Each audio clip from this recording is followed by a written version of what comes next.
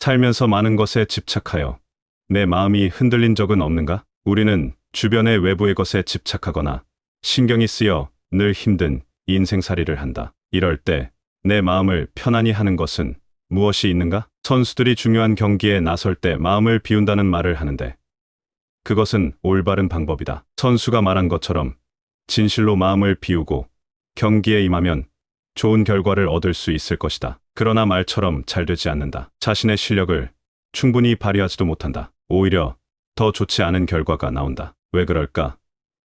그것은 온전히 비우지 못했기 때문이다. 집착과 욕심이 남아있기 때문이다. 장자는 우리가 온전히 마음을 비울 수 있어야 하며 그 방법을 제시한다. 마음을 온전히 비우는 방법. 자신을 비운다는 것은 내 마음이 흔들리지 않고 편안한 상태로 가는 것이다. 장자는 마음을 비우는 명상 수련 방법을 심재라고 하였다. 자신을 비우는 심재는 내 편 인간세에 나오는 아내와 공자의 이야기에 등장한다. 공자의 제자 아내가 위나라로 떠나기 전에 공자와 대화하는 과정에서 심재의 이야기가 나온다. 위나라 왕은 나이가 젊고 행실이 독단적이며 국정을 가볍게 운용하고 자신이 지나치다는 것을 알지 못하며 백성의 죽음 또한 가볍게 보았다. 그래서 위나라에는 죽은 자가 가득하고 나라가 초토화되어 백성이 거의 없는 상태였다. 아내는 큰 마음을 내었다. 위나라로 가서 왕을 설득하고 나라를 안정되게 하여 훌륭한 나라로 만들려는 심산이었다. 공자는 그런 마음을 품은 제자가 위나라에 가서 죽을까봐 걱정이 되었다. 그래서 아내에게 앞으로 어떻게 대처할 것인지 물어보았으나 모두 신통치 않은 대답뿐이었다. 이때 공자는 제자에게 심재에 대해서 알려준다. 그런즉 심재란 공자가 제자에게 주는 자신의 마지막 비결이다. 심재는 제자의 목숨을 보존할 수 있게 해주는 중요한 비법인 셈이다. 아내가 물었다. 저로서는 더 이상 친척이 없는 것 같습니다. 어찌하면 좋겠습니까? 공자가 답했다. 제게 알아.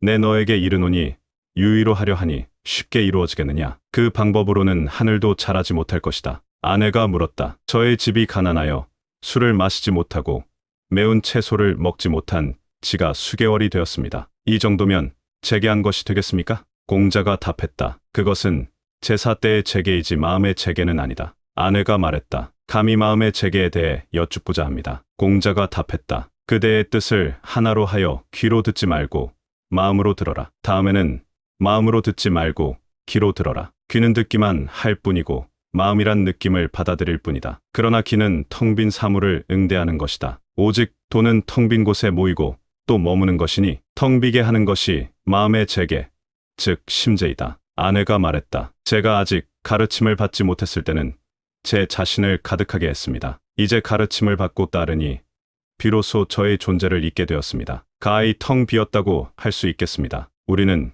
귀로만 듣는다. 귀로 들으면 그것으로 만족스러워한다. 그러나 귀로만 듣는다면 그것은 진실로 듣는 것이 아니다. 인간관계에서 내가 이야기하는 것을 상대방이 귀로만 듣는다면 어떤가? 흡족하지 않을 것이다. 귀로만 듣지 말고 마음으로 들어야 좋다. 마음으로 들어주면 이야기하는 사람은 굉장히 만족한다. 그러나 그것으로 다 된 것일까?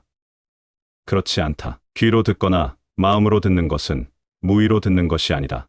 그저 무심하게 하라. 무엇인가 하려는 마음이 가득하면 오히려 잘 되지 않는 경우가 많다. 마음에 욕심이 있어서 그렇다. 그래서 공자가 아내에게 유의로 하면 어렵다고 말한 것이다. 아내는 웅장하고 커다란 마음을 내었지만 그 마음속에는 이렇게 저렇게 해야 한다는 당위적인 생각으로 가득 차 있다. 그것은 하려고 하는 마음, 집착하는 마음, 강제하는 마음이 가득한 것이다. 즉, 유의, 자귀, 인의만 있을 뿐 무의의 마음이 없는 것이다. 무의란 무심하게 하는 것을 말한다. 억지로 하려는 생각, 꼭 해야 한다는 생각, 반드시 그렇게 되어야 한다는 생각이 없는 것이다. 이렇게 될 때 되지 않는 일도 없고 하지 않는 일도 없게 된다. 덜어내고 또 덜어내면 무의에 이른다는 것은 마음을 비우는 것을 말한다. 그리고 이렇게 될 때 어떤 일도 하지 못할 것이 없다는 말이다. 그러니 공자가 자신의 특급 비밀을 아내에게 전수한 셈이다. 제자를 아끼는 마음이 얼마나 크면 자신이 아는 마지막 비법을 가르쳐 주었겠는가. 우리도 마땅히 그 비법을 배우고 따라야 할 것이다.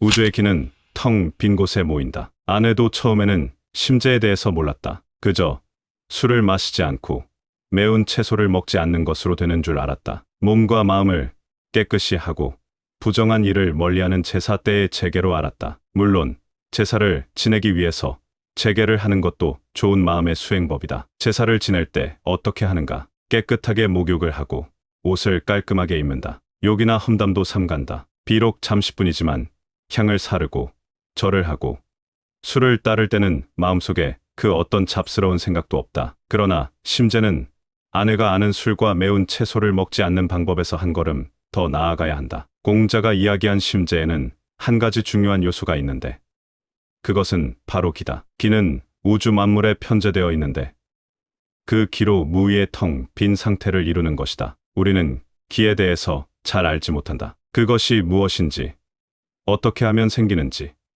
어떻게 하면 사라지는지 전혀 모른다. 그러나 걱정할 것 없다. 비우고 또 비우면 그곳에 자연스럽게 기가 작용한다. 공자가 말한 대로 기란 텅 빈 사물을 응대하는 것이다. 그리고 도는 오직 텅 빈 곳에 모이고 또 머무르는 것이다. 이렇게 마음을 비우는 것이 마음의 재계, 즉 심재다. 몸도 비우고 마음도 비우는 그곳에 위무위, 즉 하는 바 없이 하는 것이 가능해진다. 저절로 기운이 운용되는 것이다. 그러니 오직 비울 뿐 다른 무엇이 필요할까? 심재는 진실로 크고 광대한 이야기다. 우주의 기를 이용해서 사람이 도를 이루는 방법을 알려주는 것이다.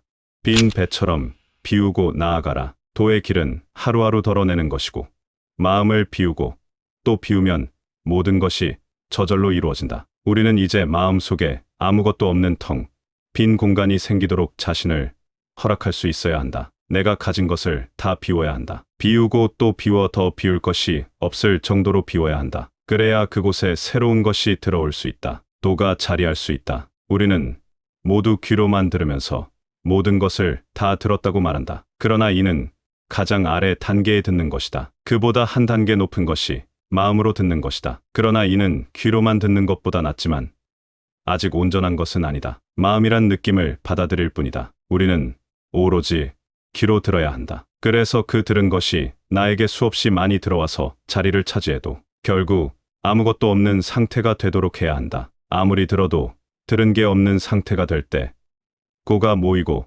또 머무르게 되는 것이다. 그러니 우선 비워야 한다. 빈 공간이 있어야 무엇이든 받아들일 수 있다. 모든 것을 포용할 수 있는 진실한 방법. 그것은 바로 마음을 비우는 것임을 잊지 말아야 한다. 빈 배처럼 자신을 비우고 세상에 나아간다면 그 어떤 것도 나를 해칠 수 없다.